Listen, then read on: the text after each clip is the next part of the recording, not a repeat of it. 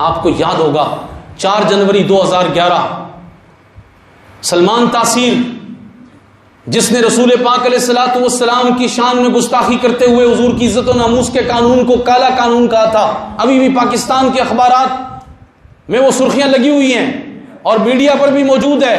وہ کہتا تھا یہ قانون کالا قانون ہے اور میں اس کو زرداری سے بدلوا دوں گا.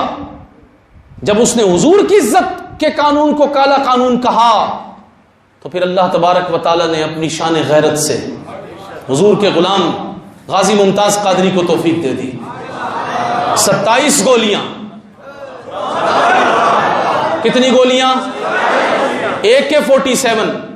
مجھے گنوں کے نام یاد نہیں ہے پر اس کا نام ضرور یاد رہتا ہے. AK-47 27 گولیاں گستاخ رسول کے وجود میں، اور پورے برسٹ میں سے ایک گولی بھی کسی اور کو نہیں لگی، ساری اسی کے اندر اتر گئی.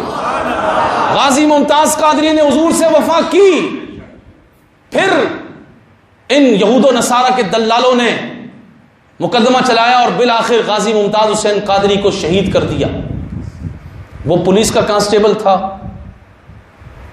جب اس کو شہید کر دیا گیا تو پولیس کا کانسٹیبل جب رسول اللہ سے وفا کرے تو اس کا جنازہ پڑھنے کے لیے دنیا کے دوسرے ملکوں سے بھی لوگ آئے، کراچی سے بھی لوگ والہانہ پہنچے، ملک کے طول و عرض سے پہنچے.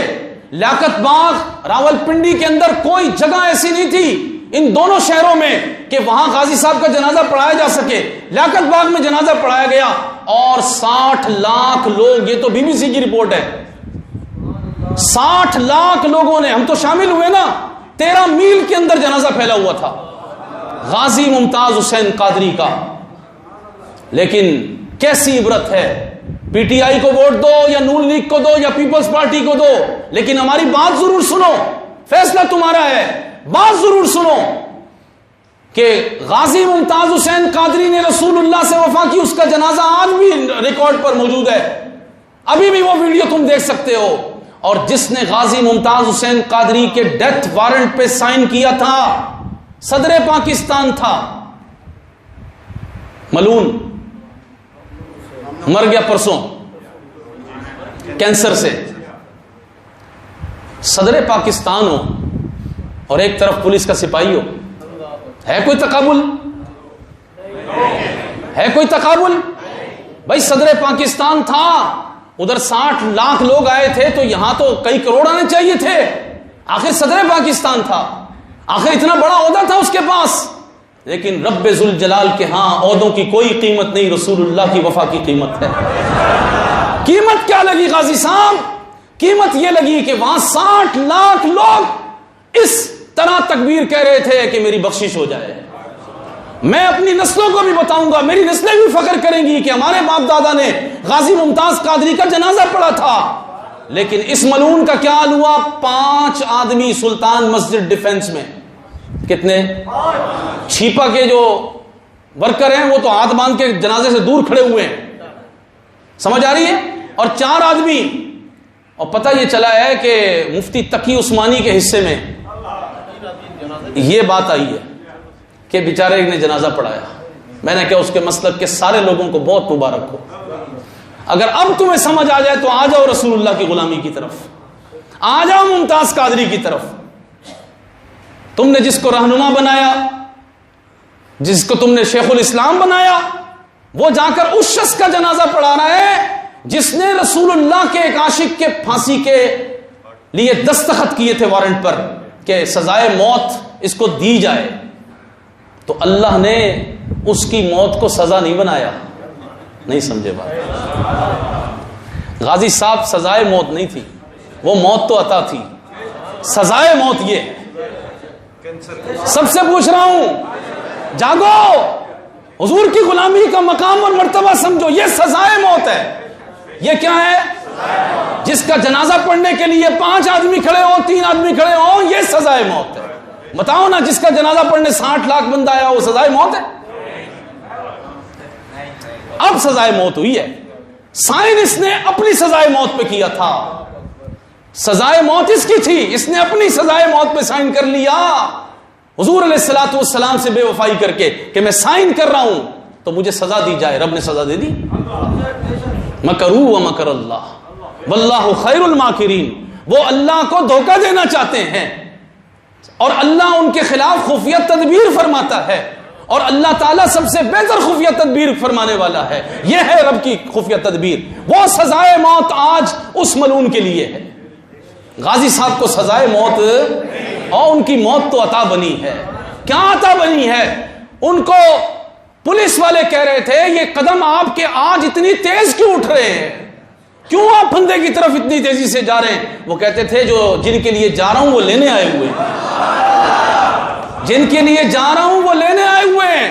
اور غازی صاحب نے پھانسی کے پھندے پر جو آخری کلمہ کہا تھا وہ کہا تھا لبیک یا رسول اللہ۔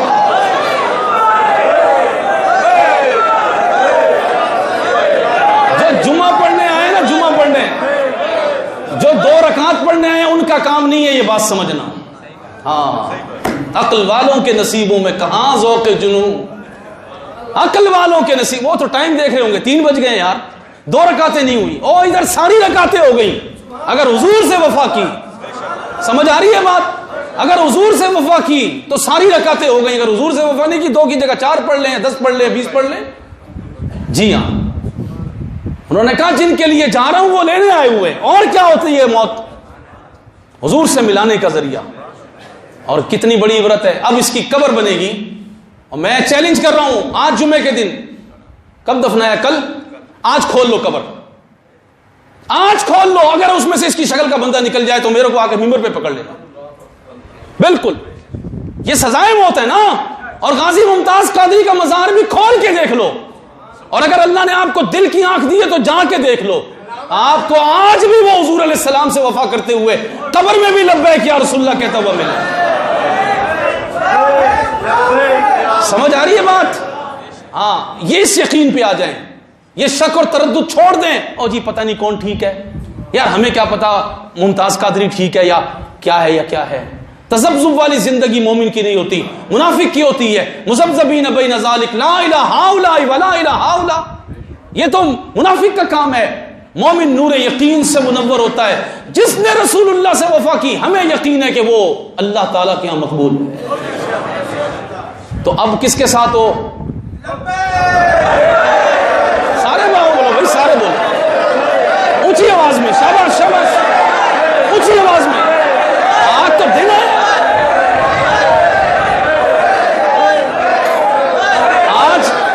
آج تو ہمیں پتہ چلا ہے کہ سزائے موت کیا ہوتی ہے۔ آج تو ہمیں پتہ چلا ہے کہ اللہ تعالیٰ کی تدبیریں کیا ہیں۔ جی ہاں، اور اگلوں کا بھی انجام دیکھنا۔ جی ہاں، اللہ آپ کو دکھائے، نواز شریف کا بھی دیکھنا، جنہوں نے پھانسیاں دی ہیں سب کا دیکھنا، جن کے نام ہیں نہیں ہیں، یہ یاد رکھیے گا رب ذوالجلال بڑا غیور ہے، وہ اپنے محبوب کا انتقام ضرور لے گا۔ جی ہاں، اور جنہوں نے حضور کے غلاموں کو جیل میں ڈالا اور شہید کیا ہے ان کی باری بھی آنے والی ہے۔ اس سے بڑی کون سی باری ہوگی؟ اس سے بڑی کون سی باری ہوگی؟ کوئی تھوکنے والا بھی نہیں ہے۔ میں تو کہہ رہا ہوں نا آپ کو، ایک دن گزرا ہے، کھول لیں قبر، کھول لیں قبر، سرکاری پروٹوکول میں کھول لیں۔